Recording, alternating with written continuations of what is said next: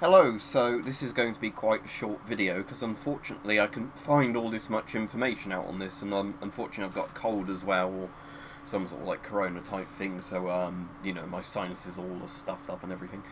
Um, but yeah, I was listening to the Times radio, I think it was a few days ago, and they were on about Ukraine was being given gas masks, or Ukraine was handing out gas masks to its civilians in case of CBRN attacks. And I wanted to try and do a video talking about which particular model of masks they were and everything else, but I couldn't find any other sources on it.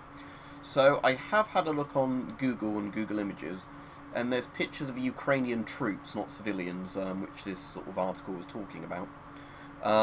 And they seem to have a complete mishmash of, as you might expect, of various sort of Western masks. So American masks, British masks, Polish masks, Czech masks, you know, literally everything, where they've, you know, obviously, there's some you'll see with old Soviet gear as well, but it seems like, for the most part, while they are moving to 40mm NATO masks, it seems like if they're donated or sold cheaply, any sort of mask they're given those.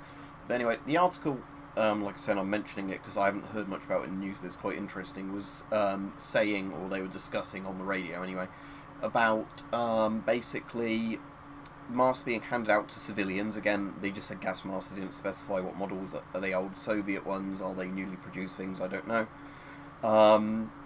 To civilians in case of either the threat of chemical attack, or the threat of obviously radiological or chemical exposure as a byproduct of fighting.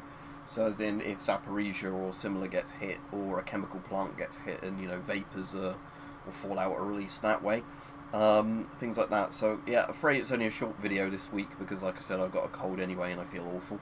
But like I said, this will be quite interesting, so keep an eye on this, and if there's actually any proper articles that come out and things like that where they're talking about or showing pictures of what the actual models of masks are, you know, and what sort of gear or training's being issued, because I know they were giving out what was it, iodine tablets, stable iodine, to people who were near Zaporizhia. So there might be you know, more info on this that comes out, but like I said, I heard this in the week and it was quite interesting on the radio, and I'm pretty sure it was Times Radio, but unfortunately, like I said, there's not many articles, or really any articles on it at the moment, that I can find from Google searching, so I can't tell you what the masks are, what regions of Ukraine they're issuing them in.